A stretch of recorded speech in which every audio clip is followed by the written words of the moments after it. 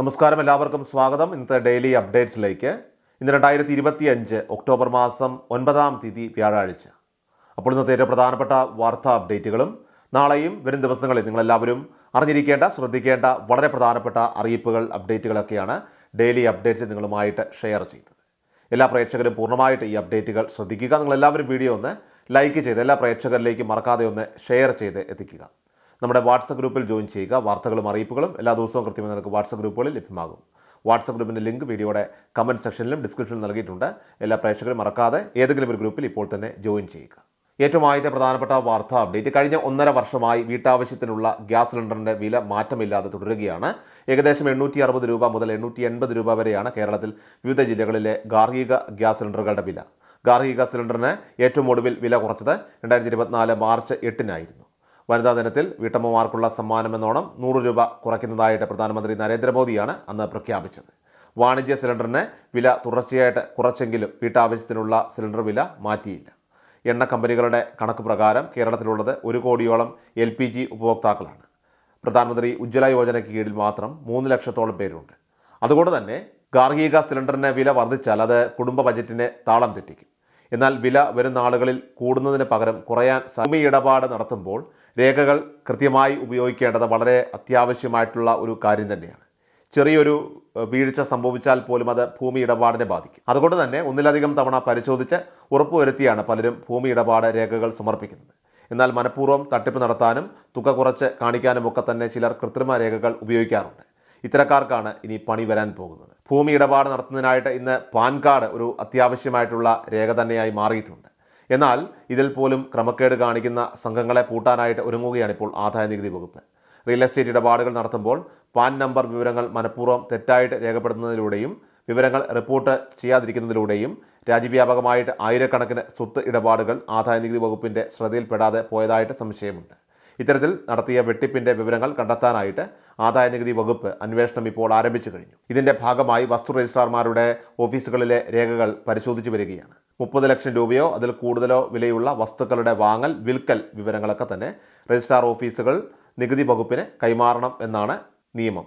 എന്നാൽ ചില രജിസ്ട്രാർ ഓഫീസുകളിലെ ഉദ്യോഗസ്ഥരുമായി ഒത്തുകളിച്ച് വസ്തു വിൽക്കുന്നവരും വാങ്ങുന്നവരും ചേർന്ന് ഈ ഇടപാടുകൾ റിപ്പോർട്ട് ചെയ്യാതിരിക്കുകയോ അല്ലെങ്കിൽ തെറ്റായ പാൻ നമ്പറുകളോ പേരുകളോ ഒക്കെ നൽകുന്ന സംഭവങ്ങളുണ്ടെന്നാണ് ആദായനികുതി വകുപ്പിന് ലഭിച്ചിരിക്കുന്ന വിവരം. അടുത്ത പ്രധാനപ്പെട്ട വാർത്താ അപ്ഡേറ്റ്. പ്രധാനമന്ത്രി കിസാൻ സമ്മാൻ നിധി യോജന പദ്ധതിയുടെ ആനുകൂല്യം ലഭിക്കുന്ന കേരളത്തിലെ കർഷകർ തീർച്ചയായും ശ്രദ്ധിക്കുക. 4ഓളം വരുന്ന പ്രധാനപ്പെട്ട കാര്യങ്ങളാണ് നമ്മളോട് മുൻപ് പൂർത്തിയാക്കുന്നതിന് വേണ്ടിയിട്ട് കേന്ദ്ര സർക്കാർ ഔദ്യോഗികമായിട്ട് ആവശ്യപ്പെട്ടിരുന്നത്.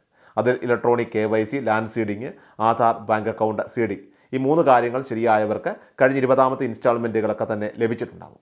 എന്നാൽ 21ാമത്തെ ഇൻസ്റ്റാൾമെൻറ്റ് മുതൽ മറ്റൊരു പ്രധാന കാര്യം കൂടിയുണ്ട്. അതാണ് AgriStack farmers registration, farmers ID എന്ന് പറയുന്നത്. മുൻപ് നമ്മൾ കൃഷിഭവനിൽ എത്തിച്ചേർന്നുകൊണ്ട് ഇത് ചെയ്തിട്ടുണ്ടാകും. അതല്ല എങ്കിൽ അക്ഷയ കേന്ദ്രങ്ങളിലോ കോമൺ സർവീസ് സെൻറ്ററുകളിലോ ഒക്കെ തന്നെ ഇതിനുള്ള സംവിധാനങ്ങളും ഒരുക്കിയിട്ടുണ്ടായിരുന്നു. അവിടെയും നമ്മളിത് ചെയ്തിട്ടുണ്ടാകും. എന്നാൽ നമ്മുടെ സംസ്ഥാനത്ത് കണക്കെടുത്ത് നോക്കുമ്പോഴേക്കും പല കർഷകരും ഇത് പൂർത്തിയാക്കിയിട്ടില്ല എന്നുള്ള റിപ്പോർട്ടുകളാണ് പുറത്തു വരുന്നത്. അതായത് നിരവധി കർഷകർ ഇത് പിന്നീട് ചെയ്താൽ മതി എന്ന രീതിയിലൊക്കെയുള്ള മട്ടിലൊക്കെ തന്നെ നീട്ടിക്കൊണ്ട് പോയിട്ടുണ്ട്. അതുകൊണ്ട് തന്നെ അവർക്ക് ഇത് പൂർത്തിയാക്കാനായിട്ട് സാധിക്കാതെ വന്നു. കേന്ദ്ര സർക്കാർ ഒരുപക്ഷെ അടുത്ത ഗഡു വിതരണം ചെയ്യുമ്പോൾ ഈ പറയുന്ന ഫാർമേഴ്സ് ID ജനറേറ്റ് ചെയ്തിട്ടുള്ള അത് ആക്റ്റീവായിട്ടുള്ള കർഷകർക്കാണ് ഒരുപക്ഷെ ഈ ധനസഹായം കൈമാറുന്നതെങ്കിൽ തീർച്ചയായിട്ടും പണി കിട്ടും. ഈ ദീപാവലിയുടെ സമയത്തൊക്കെ തന്നെ തുക വിതരണം ഉണ്ടാകുമെന്നുള്ളൊരു സൂചന വന്നിട്ടുണ്ട്. അപ്പോൾ ആ ഒരു സമയത്ത് തുക വിതരണം ചെയ്യുമ്പോൾ ഒരുപക്ഷെ ഈ ID എടുത്തിട്ടില്ലാത്ത കർഷകർക്ക് തുക ലഭിക്കാനുള്ള സാധ്യതയില്ല. ഇനി അതല്ല ഇളവുകളോടെയാണ് വിതരണം ചെയ്യുന്നതെങ്കിൽ എല്ലാ കർഷകരെ സംബന്ധിച്ച് അവർക്ക് ധനസഹായം തീർച്ചയായിട്ടും ലഭിക്കുന്നതായിരിക്കും. നമ്മുടെ സംസ്ഥാനത്താകട്ടെ കേന്ദ്ര സർക്കാരിൻ്റെ നിർദ്ദേശം മുൻപ് തന്നെ വന്നിരുന്നുവെങ്കിൽ പോലും ഈ അഗ്രിസ്റ്റാക്ക് ഫാർമേഴ്സ് രജിസ്ട്രിയിൽ രജിസ്റ്റർ ചെയ്ത് ID കൊടുക്കുന്ന നടപടികൾ തുടങ്ങിയത് തന്നെ വളരെ താമസിച്ചാണ്. അതിനുശേഷം കുറച്ച് നാൾ കഴിഞ്ഞപ്പോഴേക്കും അതിൻ്റെ സൈറ്റ് താൽക്കാലികമായിട്ടൊക്കെ തന്നെ OTP വരാതെ പ്രവർത്തനരഹിതമാവുകയും ചെയ്തിട്ടുണ്ട്. അതുകൊണ്ട് തന്നെ ഒരുപാട് കർഷകർ ഇനിയും ഇത് പൂർത്തിയാക്കാൻ ബാക്കിയുണ്ടെന്നാണ് റിപ്പോർട്ടുകൾ സൂചിപ്പിക്കുന്നത്. ഇതിൻ്റെ അറിയിപ്പുകൾ അടുത്ത ഗഡു വിതരണത്തിന് മുന്നോടിയായിട്ടൊക്കെ ആയിരിക്കും നമുക്ക് അറിയാനായിട്ട് സാധിക്കുന്നത്. PM കിസാൻ ഗുണഭോക്താക്കൾ അതുകൊണ്ട് തന്നെ തീർച്ചയായിട്ടും നിങ്ങളുടെ സ്റ്റാറ്റസ് PM കിസാൻ സമ്മാനിൻ്റെ വെബ്സൈറ്റിലൊന്ന് പരിശോധിക്കുക. എന്തെങ്കിലും നമുക്ക് തിരുത്തലുകൾ, ഫോൺ നമ്പർ ആയിക്കോട്ടെ, അല്ലെങ്കിൽ നമ്മുടെ ഭാഗത്ത് ചെയ്യേണ്ട പല കാര്യങ്ങളുണ്ട്, അത് ചെയ്യാനായിട്ട് ഇനി പെൻഡിങ് ആയിട്ടുണ്ടെങ്കിൽ തീർച്ചയായിട്ടും എല്ലാവരും സൈറ്റിൽ അതിനുള്ള സംവിധാനങ്ങളുണ്ട് എന്ന കാര്യം കൂടി മനസ്സിലാക്കി അത് ചെയ്യേണ്ടതാണ്. അടുത്ത പ്രധാനപ്പെട്ട വാർത്താ അപ്ഡേറ്റ്.